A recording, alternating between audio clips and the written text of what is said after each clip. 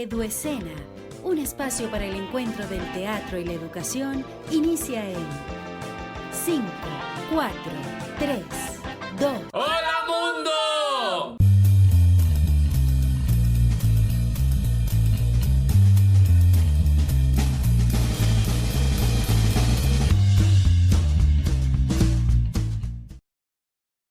Hola a todos, bienvenidos. Estamos en Eduescena, un espacio para el encuentro del teatro y la educación.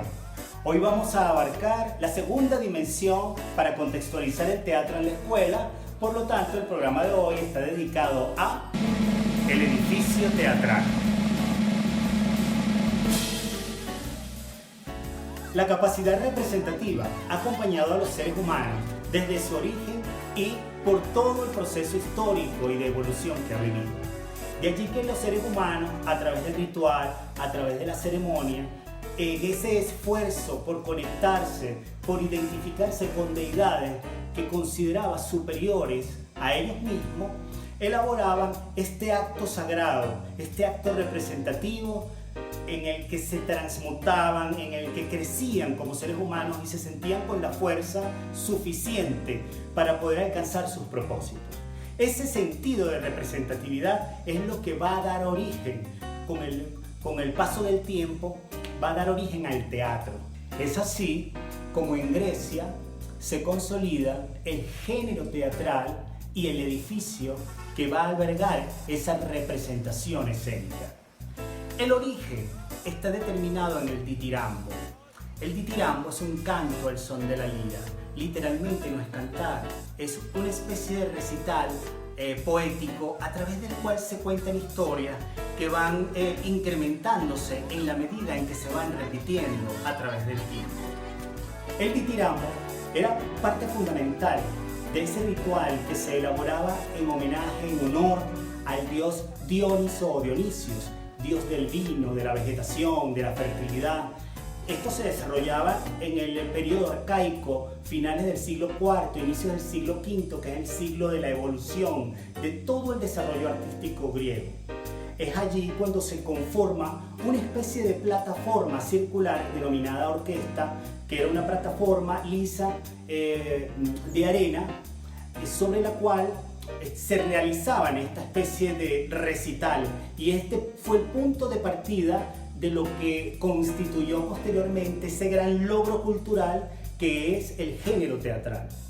Como el origen del género teatral está fundamentado en la adoración, en el homenaje al dios, se crea el primer templo con el propósito de albergar la representación teatral a principios del siglo V a.C., siglo en el que se marca la gran pauta de desarrollo y evolución del arte griego. Primero, el koilón, que es una especie de gradería inclinada, elaborada en madera y que posteriormente pasó a ser desarrollada en piedra y que está dispuesta en la pendiente de una montaña que desemboca justo en una especie de círculo denominado la orquesta, donde se encontraba el coro para hacer su representación dancística e interpretativa de la tragedia. De allí nos encontramos con el esquené, que es una especie de tarima de madera donde se realizaba verdaderamente la representación y estaban los actores allí con aquellas máscaras extraordinarias a través de las cuales podían proyectar su voz hacia la dimensión de todo el público presente. Es importante destacar los grandes logros obtenidos a través de la denominada técnica del número de oro, una técnica cuya proporción logró llevarlos a desarrollar la perfección anatómica en el caso de la escultura o el desarrollo de la perspectiva en el caso arquitectónico, y que los llevó inclusive a determinar las grandes posibilidades acústicas en la dimensión de lo que era el edificio teatral. El caso del teatro romano, digamos que es un espacio, es un punto de evolución en lo que significa el espacio arquitectónico para la representación teatral, porque en Roma el teatro fue concebido como un espacio cerrado, controlado y además monumental. ya tenían todos estos avances de ingeniería, urbanísticos y arquitectónicos que se habían desarrollado en el Imperio Romano. Sin embargo, en el hecho representativo, la gran protagonista fue la comedia. Esto debido a las grandes capacidades que tenía para el entretenimiento, porque la tragedia realmente no tuvo una mayor difusión en el pueblo romano. Ya en el periodo medieval, con la caída del Imperio Romano y el auge del cristianismo, el espacio teatral comienza a tener otras características. Lo primero es el desarrollo de la comedia del arte, que es una representación teatral de calle prácticamente, es ambulante, se desarrollaban en carretas improvisadas, desde donde se elaboraban pequeños escenarios para que el público de pie presenciara aquellos espectáculos que, según los cristianos, eran profanos, por supuesto eran prohibidos, eran pecaminosos y que lo que hacían era, estaban orientados más a satirizar el carácter de la iglesia y el carácter monárquico. Sin embargo, la iglesia logra desarrollar algunas representaciones teatrales que tenían un contenido distinto, porque estaba orientado hacia la representación de escenas bíblicas y tratando pues de promulgar y acentuar la fe cristiana entre sus fieles. Ya en el Renacimiento, con esa gran influencia greco-romana, se vuelven a establecer los criterios a través de los cuales se debía crear una expresión arquitectónica para la representación teatral.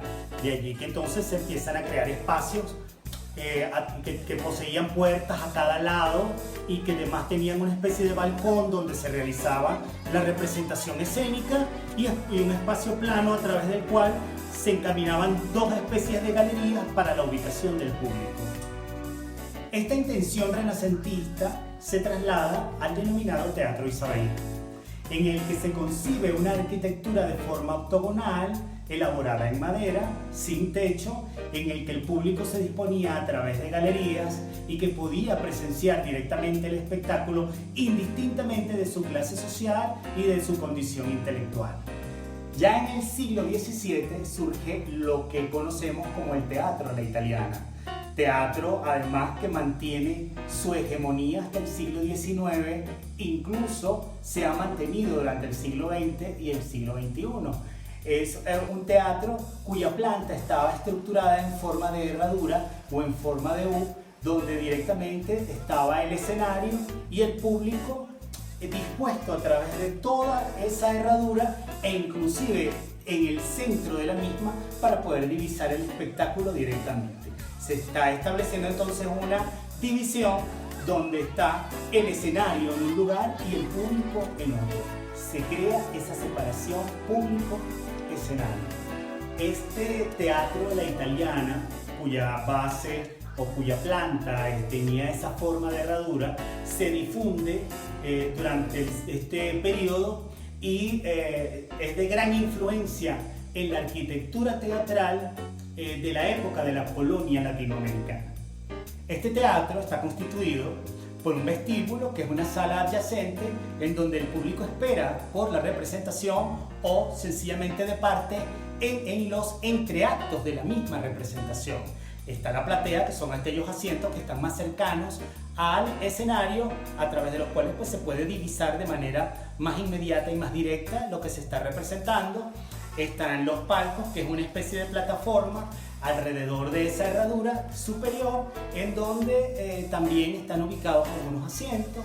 El foro, que es para la ubicación de una orquesta y que antecede el proscenio del escenario, y está el escenario mismo, que es el lugar de la representación. Sobre ese escenario tenemos la tramoya, que es donde están todos los requerimientos técnicos, iluminación, efectos, y obviamente pues en los lados posteriores generalmente se ubican los camerinos, que es el lugar para que se preparen los actores. El siglo XX va a abrir la puerta a lo que se va a considerar el espacio no convencional. Es un espacio en el que se empieza a desarrollar la representación teatral, pero que no se corresponde con el espacio arquitectónico tradicional a través del cual se han venido desarrollando las obras de teatro. Esto quiere decir que cualquier espacio es ideal para la representación escénica, surge una especie de contraposición a ese carácter tradicional, arquitectónico en el que se representan las obras. Así que se empiezan a tomar espacios en los que se pretende integrar la vida, el entorno a la escena, en los que el público y los actores ya no tienen esa cuarta pared que los divide, sino que pudiesen incorporarse dentro de la misma escena y a tener mayor cercanía y una nueva relación en el proceso de representación. Se incorporan entonces nuevos elementos a la escena, a la representación, nuevas maquinarias, se incorpora la tecnología y se abre una dimensión completamente distinta que rompe con la convención del teatro a la italiana. Quiero recomendarles una reflexión escrita por Anthony Ramos Gael denominada Teatro y Arquitectura. Les dejo el link acá abajo, en la que él hace una reflexión acerca del teatro de Peter Brook y un poco acerca de ese sentido del teatro para la vida.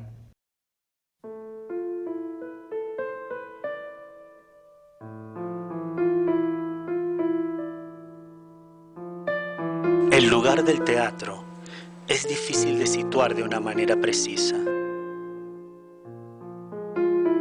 No se encuentra solamente en el escenario, recinto pensado expresamente para alojarlo. También ocupa edificios no pensados originariamente para representar obras teatrales o se extiende por la ciudad. El lugar del teatro puede ser el marco físico, real, donde se materializa el espectáculo teatral. Y ahora, el anecdotario. En el año 1988, siendo director del grupo de teatro Tablón del Liceo Rómulo Gallegos en la ciudad de Mérida, Venezuela, nos disponíamos después de 10 días de intenso trabajo a llevar unos bastidores pintados a mano donde recreábamos una sala de casa acomodada de principios del siglo XX para presentar en tan solo 3 días nuestra obra El salto atrás de Leoncio Martínez Leo, sainete venezolano que recreaba las costumbres y convencionalismos de aquella época. Las personas que llevaban nuestro decorado en una camioneta no se dieron cuenta que los bastidores cayeron a mitad de camino, por lo que los perdimos. Los buscamos por toda la ruta, pero no aparecieron. Así que tendríamos tan solo 3 días para volverlos a pintar, porque afortunadamente teníamos el material. Trabajamos muy duro durante 2 días para tener listo nuestro decorado y poder así realizar nuestro ensayo general y presentación. ¿Y saben qué? Nos quedó mucho más bonita que la que perdimos. Y en el próximo programa, la dirección escénica en la representación teatral. No se olviden de suscribirse y hacer clic en la campana de notificaciones.